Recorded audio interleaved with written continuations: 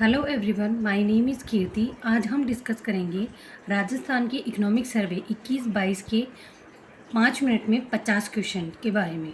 सबसे पहले है, राज्य में राष्ट्रीय उद्यानों की संख्या कितनी है? तो राज्य में राष्ट्रीय उद्यानों की संख्या 3 है। राज्य में वन्यजीव अभयारण्यों की संख्या कितनी है? तो 27 वन्यजीव अभयारण्य है राजस्थान में। संरक्षित क्षेत्र राजस्थान में कितने हैं? तो दिसंबर 2021 तक 15 थे और वर्तमान में अप्रैल में जालोर के रणखोर को 16वां संरक्षित क्षेत्र घोषित कर दिया गया है। नेक्स्ट है, राज्य में बायोलॉजिकल पार्क कितने हैं? तो राज्य में 4 बायोलॉजिकल पार्क हैं, जयपुर, उदयपुर, कोटा एवं जोधपुर में। नेक्स्ट क्वेश्चन है, राजीव गांधी पर्यावरण संरक्षण पुरस्कार किस क्षेत्र में प्रदान किए जाते हैं और इस पुरस्कार की श्रेणियां कितनी हैं? तो पर्यावरण की सुरक्षा एवं संरक्षण के क्षेत्र में उत्कृष्ट कार्य करने के लिए यह पुरस्कार प्रदान किया जाता है। इसकी 3 श्रेणियां हैं। संगठन को भी प्रदान किया जाता है, नागरिकों को भी प्रदान किया जाता है और नगर पालिकाओं को भी प्रदान किया जाता है। नेक्स्ट है, सहकारिता के अंतर्गत जो क्वेश्चन आरपीएससी और आरएसएस भी पूछती है। सबसे पहला क्वेश्चन है, केंद्रीय सहकारी बैंकों की संख्या कितनी है राज्य में? तो 29 केंद्रीय सहकारी बैंक है। जिला दुग्ध उत्पादक संघ कितने हैं? तो 23 जिला दुग्ध उत्पादक संघ है। उपभोक्ता थोक भंडार केंद्र कितने हैं? तो 38 उपभोक्ता थोक भंडार केंद्र है। प्राथमिक भूमि विकास बैंकों की संख्या कितनी है? तो 36 प्राथमिक भूमि विकास बैंक राजस्थान में है। नेक्स्ट क्वेश्चन है, राजस्थान कृषक ऋण माफी योजना का प्रारंभ कब हुआ? तो इसका प्रारंभ 30 नवंबर 2018 को हुआ और इसका उद्देश्य क्या है? तो इसका उद्देश्य लघु अवधि के फसली ऋण पात्रता मानदंडों के तहत पात्र ऋणी किसानों के ऋण को माफ करना है। नेक्स्ट क्वेश्चन है, राजीविका का पूरा नाम एवं इसकी स्थापना कब हुई? राजीविका का पूरा नाम है राजस्थान ग्रामीण आजीविका विकास परिषद और इसकी स्थापना अक्टूबर 2010 में हुई। प्रधानमंत्री आवास योजना ग्रामीण, इसका प्रारंभ कब हुआ? यह 20 नवंबर 2016 को प्रारंभ हुई और इसमें लाभार्थी का चयन की क्या प्रक्रिया है? तो सोशल इकोनॉमिक कास्ट सेंसस जो 2011 में की गई उसके आधार पर लाभार्थी का चयन किया जाता है। लाभार्थी को आवास के लिए कितनी सहायता राशि दी जाती है? तो 1,20,000 रुपये लाभार्थी को आवास के लिए प्रदान किए जाते हैं और प्रत्येक लाभार्थी को शौचालय निर्माण के लिए स्वच्छ भारत मिशन के अंतर्गत कितनी राशि अतिरिक्त दी जाती है?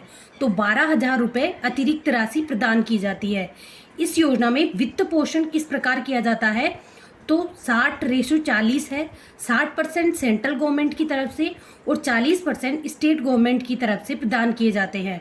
नेक्स्ट क्वेश्चन है, मेवात क्षेत्र विकास कार्यक्रम, इसका प्रारंभ कब हुआ? 1986-87 में इस विकास कार्यक्रम का प्रारंभ हुआ। यह किन क्षेत्रों में है? तो ये मेव बहुल्य जिले अलवर एवं भरतपुर के 14 खंडों में संचालित है। इसका उद्देश्य क्या है? इन जिलों में आधारभूत सुविधाओं का सृजन करना, रोजगार का सृजन करना इस कार्यक्रम का उद्देश्य है। इसका वित्त पोषण किस प्रकार किया जाता है? तो यह 100% राज्य सरकार की योजना है और राज्य सरकार ही 100% इसका वित्त पोषण करती है। नेक्स्ट क्वेश्चन है, BADP की फुल फॉर्म क्या है? तो इसकी फुल फॉर्म है सीमा क्षेत्र विकास कार्यक्रम। इसका प्रारंभ कब हुआ? इसका प्रारंभ 1986-87 में हुआ। इसका वित्त पोषण किस प्रकार किया जाता है?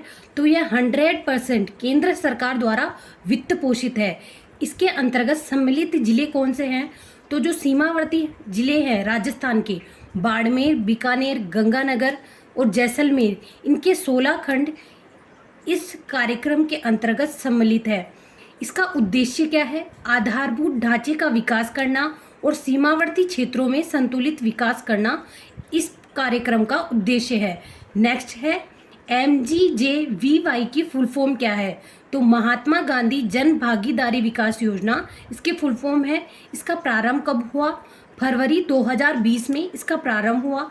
इसका उद्देश्य क्या है? ग्रामीण क्षेत्रों में विकास, रोजगार सृजन, सामुदायिक संपत्तियों के निर्माण एवं रखरखाव करना और इनमें जन भागीदारी को सुनिश्चित करना इसका उद्देश्य है। यह योजना केवल ग्रामीण क्षेत्रों में संचालित है और इसके अंतर्गत वित्त पोषण में जो राज्य सरकार है वो 90% शमशान एवं कब्रिस्तान के निर्माण के लिए देती है और बाकी 10% जन भागीदारी से दिया जाता है।